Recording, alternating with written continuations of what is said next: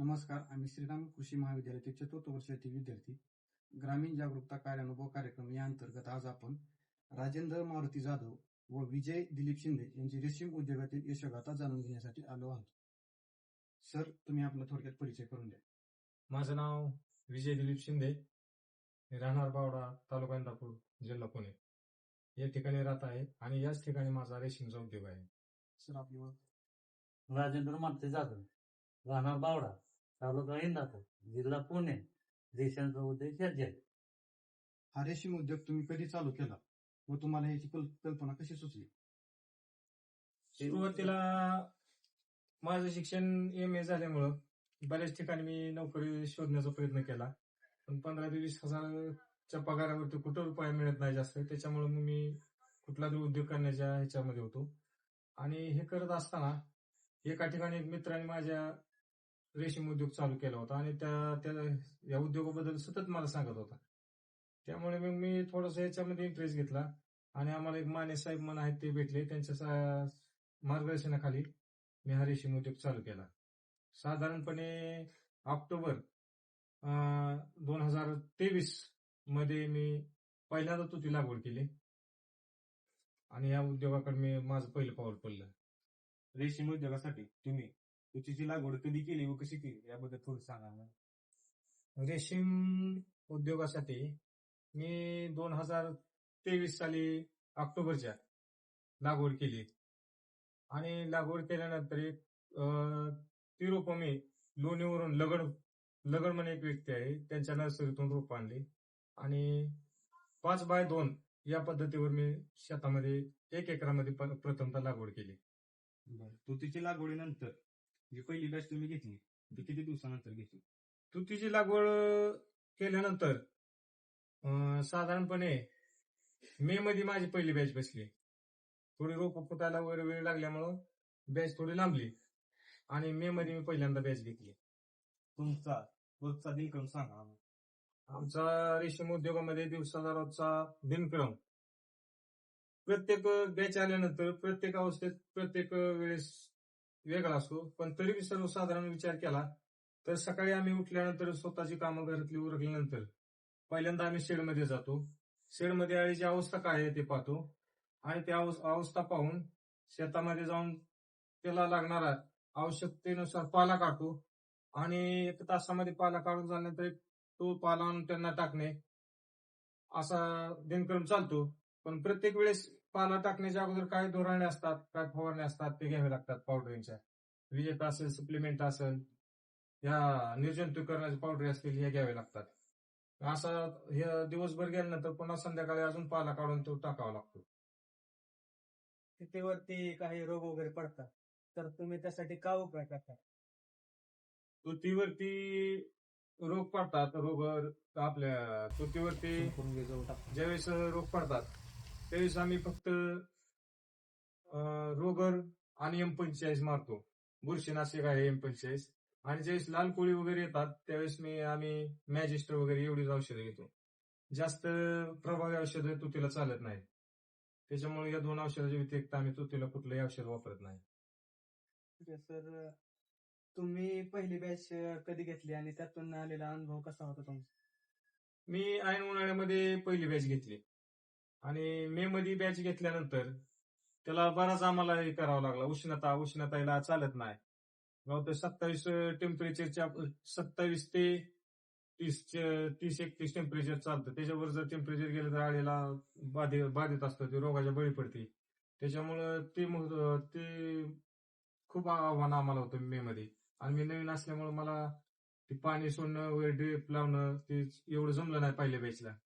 तरी पण आम्ही हवा वगैरे देऊन त्यात ह्युमिडिटी वाढवण्याचा प्रयत्न केला आणि टेम्परेचर मेंटेन ठेवण्याचा प्रयत्न करून 100ला पहिली 100ची आम्ही बॅच घेतलेली. 100ला पावसामध्ये 100ला 60 किलो माल पहिल्या बॅचला काढला.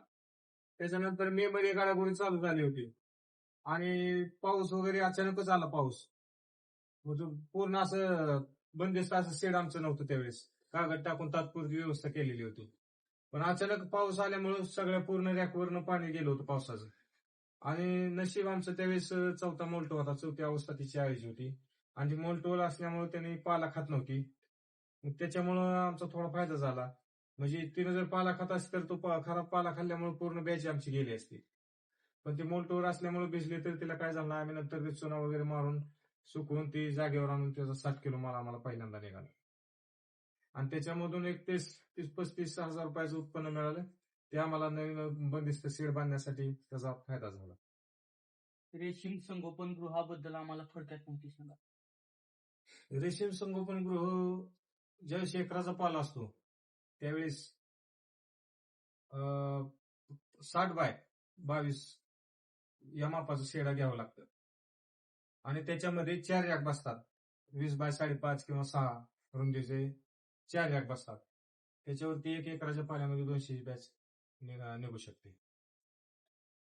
तर हे आपलं संगोपन गृह बांधण्यासाठी आपल्याला खर्च एकूण किती आला? संगोपन गृह बांधण्यासाठी आम्हाला साधारणपणे 2.5 ते 3 लाख रुपये खर्च आला. आणि तुम्ही यासाठी कोणत्या शासनाच्या योजनेचा लाभ घेतला? शासकीय योजनेचा लाभ घेतला आहे आम्ही मनरेगातून रेशीम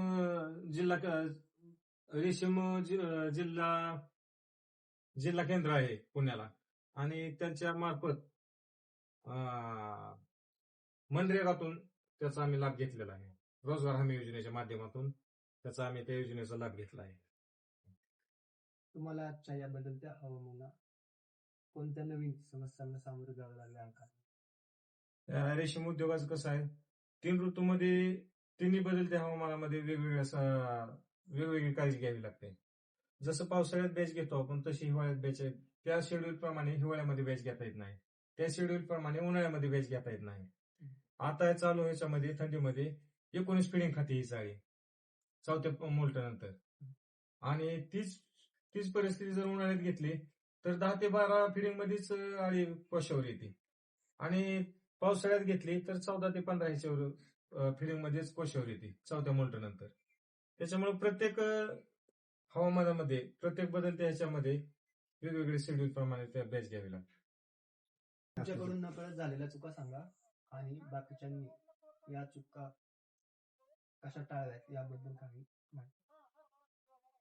आमच्याकडून चुका नकळतपणे होऊन जातात, परंतु नंतर लक्षात येतात. काही वेळेस आम्ही दुपारचा माहित नसताना दुपारचा उन्हामध्ये पाला काढून घातलेला आहे आळ्यांना, आणि त्यावेळेस मग तापलेला पाला असतो त्याच्या मार्फत पण तो गरम पाला खाल्ल्यानंतर पण आळ्यांना ब्रॉसरी सारखे वगैरे रोग येतात. अशा अनेक चुका नकळतपणे नवीन होतोय आम्ही झालेल्या आहेत. आता यात नवीन अनुभव आल्यानंतर या गोष्टी हळूहळू सुधारणा होत गेल्या याच्यामध्ये.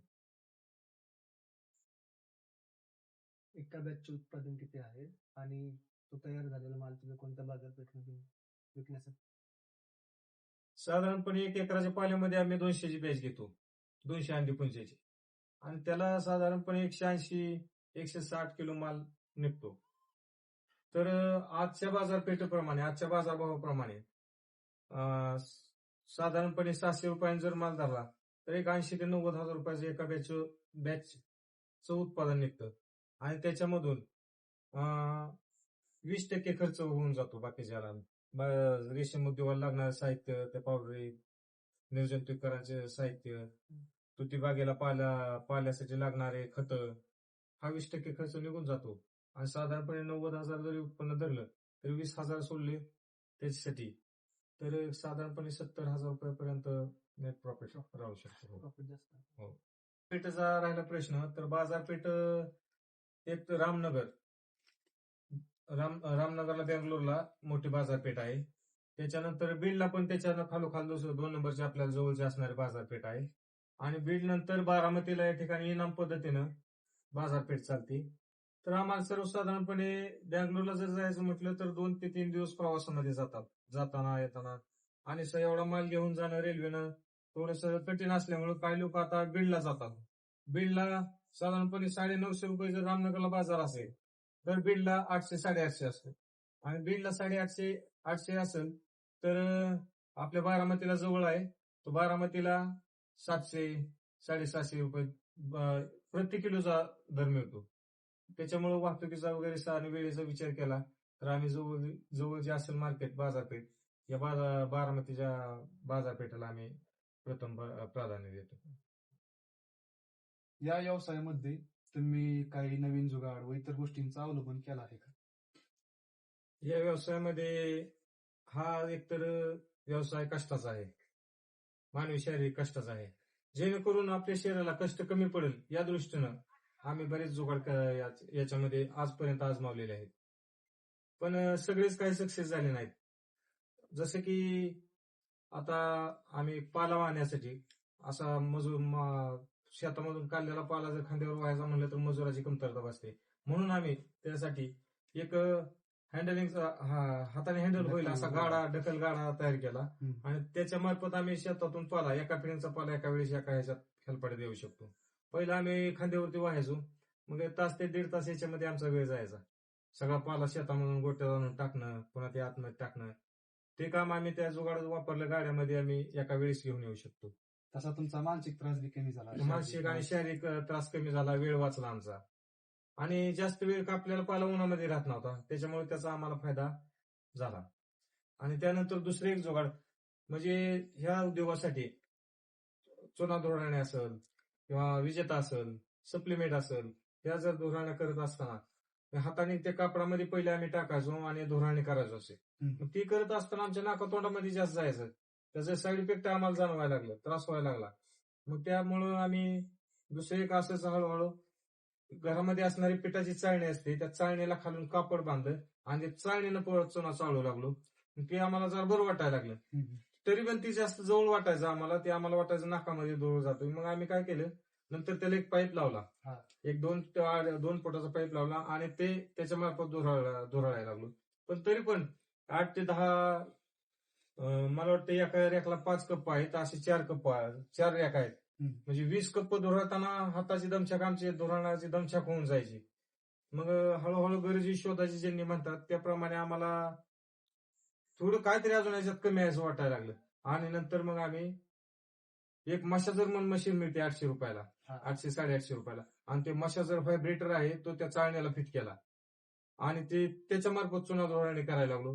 ते आम्हाला पूर्ण कष्ट कमी झालं आणि आम्हाला पण त्रास होत नव्हता, नाकावर तोंडामध्ये ते धूळ जात नव्हती आणि एक 1.5 ते 2 तासाचं काम आमचं अर्ध्या तासात व्हायला लागलं.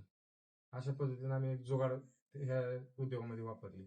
सर, माझा दुसरा प्रश्न, तुम्ही तरुण पिढीला या व्यवसायाबद्दल काय सांगाल? आजच्या बेरोजगारीच्या युगामध्ये खूप शिकतात. माझं सुद्धा MA शिक्षण झालेलं आहे, पण नोकऱ्याचं असं नोकरी जरी करायला गेलं तर एक उदरनिर्वाहापुरतच फक्त पैसे त्याच्यातून मिळतात. भविष्यात काय करेन म्हणून ह्याच्यातून मिळत नाही. मग स्वतःचा काहीतरी उद्योग असावा म्हणून ह्या उद्योगाकडे वळलं तर चांगलं आहे असं मला वाटतं आणि म्हणून मी याच्यात वळलो आणि हा उद्योग चांगल्या पद्धतीनं चालू केलाय आणि अजून ह्याच्यात काय सुधारणा करता येईल त्या पद्धतीने आमचा प्रयत्न आहे. लागवड अजून वाढवायची असेल तर वाढवता येईल.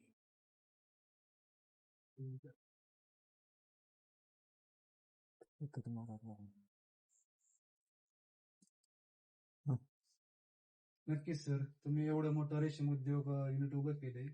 या सर रेशीम उद्योग युनिट मागे तुमचं यशाचं रहस्य काय, तरी थोडा नफ्याचं बी गणित सांगता का आम्हाला?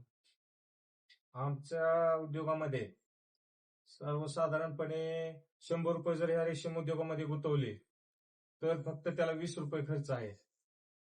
एवढंच महत्वाचं या उद्योगामध्ये आम्ही ऐकलं आणि ह्या उद्योगामध्ये पाऊल टाकलं आणि त्या पद्धतीनं फक्त खरंच 20 रुपये खर्च 100 रुपये मागे होतोय या उद्योगामध्ये आणि हा उद्योग त्याच्यामध्ये सक्सेस होऊन जातोय, 4 पैसे मिळतात.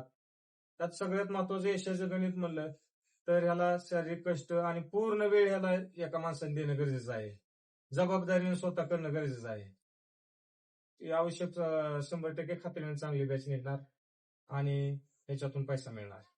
नक्कीच सर, जर आपण जर करायचं म्हणलं तरी चांगलंच आहे उद्योग. चांगलाच आहे उद्योग. हो, दुसऱ्याच्यात कामाला जाण्यापेक्षा चांगला आहे. आपण 4 लोकांना उद्योग देऊ शकतोय आणि हा उद्योग करत असताना त्या तुतीचं शेड्यूल असं आहे की शेतामध्ये फक्त 60 दिवसाचा प्रोग्राम आहे आणि बाकीचा प्रोग्राम जो आहे या रेशीम उद्योगाचा 20 ते 21 दिवसाचा प्रोग्राम या शेडमध्ये आहे. त्याच्यामुळं कंटिन्यू सतत काम राहतं, कुटुंबाला पूर्ण काम राहतंय.